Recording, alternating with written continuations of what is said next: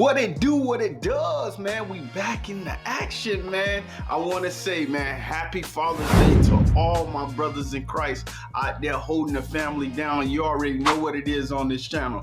It's body, mind, soul, and finance. And if you got yourself right, you can always take care of your family, man. You already know what it is. God bless all you brothers that's out there, man, that's holding it down. This is the second part of No Condemnation. You already know what it is. Line for line, precept upon precept. Keep rocking with me, man. Share the video. You already know what it is, man. Blessings. Happy Father's Day.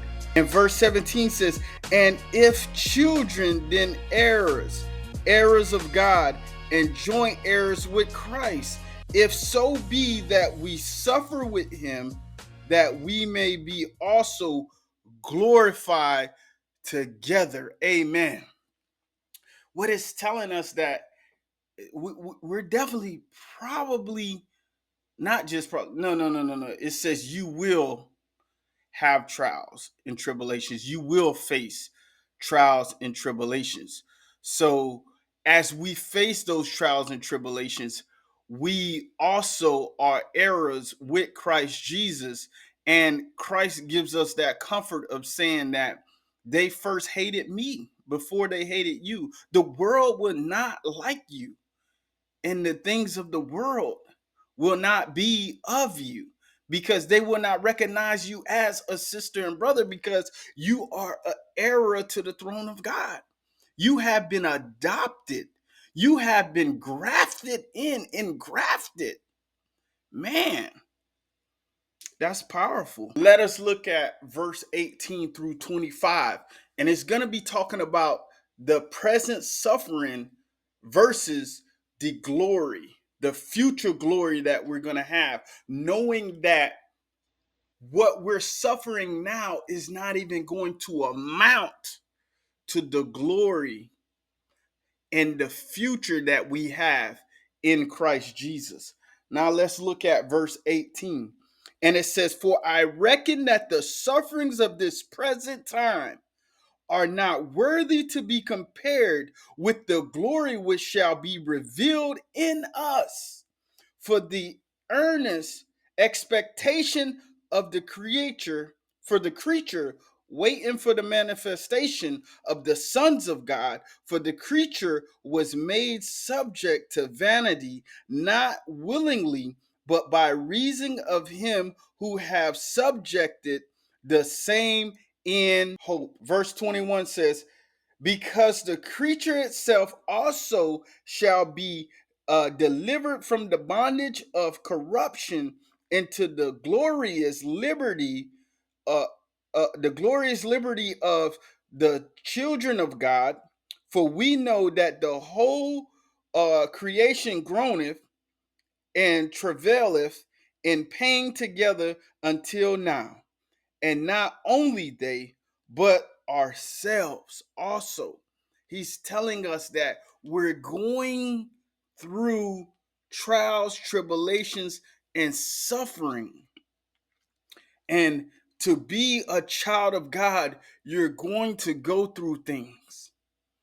Don't allow it to hinder your walk with Christ. Don't allow it to have you feeling like you're alone, because we have the word of God in the scriptures that says, I will never leave you nor forsaken you. I encourage you today to hold on to the faith, to hold strong, to stay firm when it comes to the scriptures, and build upon it, no matter what the circumstances or situations might be, what you might be going through this day. Just believe that God got you. Hold on. He says, even if your mother and your father forsaking you, I will be there. You hear what I'm saying? So it says, which have the first fruits of the Spirit, even we ourselves grown within ourselves, waiting for the adoption with the redemption of our body. For we are saved by hope, but hope that is seen is not hope. For what a man seeth, why doeth he hope for? I'm not going to hope for a new house when I have one. I already see it. I've already obtained it. But we have hope in knowing the glorious day that we will be with Christ through the scripture, through the powers, through the testimonies of many believers. And God himself that witnesses, like we just went over, to the children of God through his spirit, through the spirit of God. Amen. But if we hope for that we see not, then do we with patience wait for it. Man, it's hard. It's very hard to wait for something or to hope for something that you don't know about, that you don't know that's going to come or not. Now, let us look at verse 26. It says, likewise, the Spirit also help our infirmities. For we know not what we should pray for as we ought, but the Spirit itself might intercede for us with groanings which cannot be uttered. And he that searched the hearts know what is the mind of the Spirit, because he maketh intercession for the saints according to the will of God. So it's allowing us to understand that we have the Holy Spirit that is interceding for us when we pray with groaning, not us groaning, but the Spirit groaning, because we often don't know what to pray for. And sometimes the best prayer, this is something that's happened supernatural in the supernatural realm on our behalf, is the Holy Spirit knowing what we need is more powerful than we can ever speak out of our own mouths.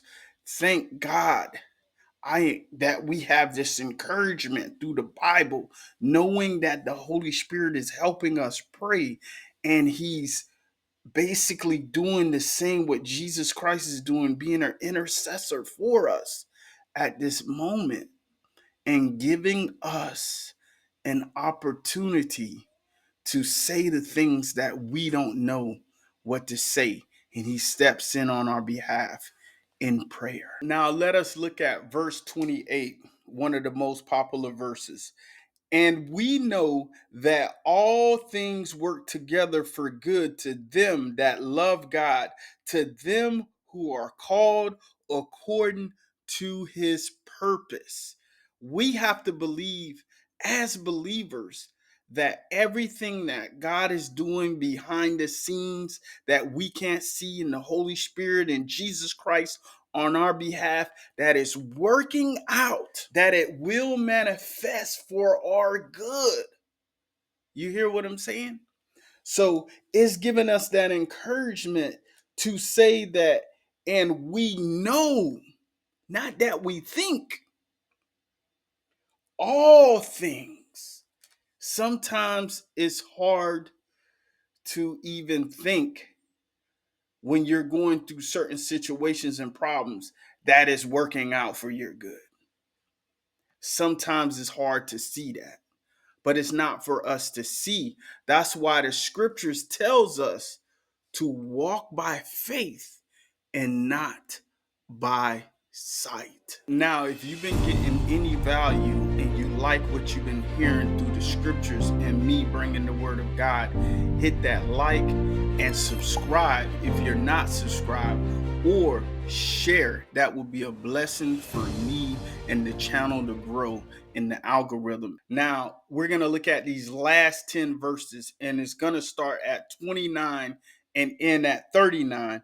And the verse says, for whom he did foreknow, he also did predestine to be conformed to the image of his Son, that he might be the first fruits among many brethren. Moreover, whom he did predestine, them he also called, and whom he called, them he also justified, and whom he justified, them he also glorified. What shall we then say to these things? If God be for us, who can be against us? If God be for us, who can be against us? He that spareth not his own son, but delivered him up for us all, how shall he not with him also freely give us all things? Amen. Who shall lay anything to the charge of God's elect? It is God that justifieth. Who is he that condemneth? It is Christ that died, yea rather, that ye risen again, who is even at the right hand of God, who also maketh intercession for us.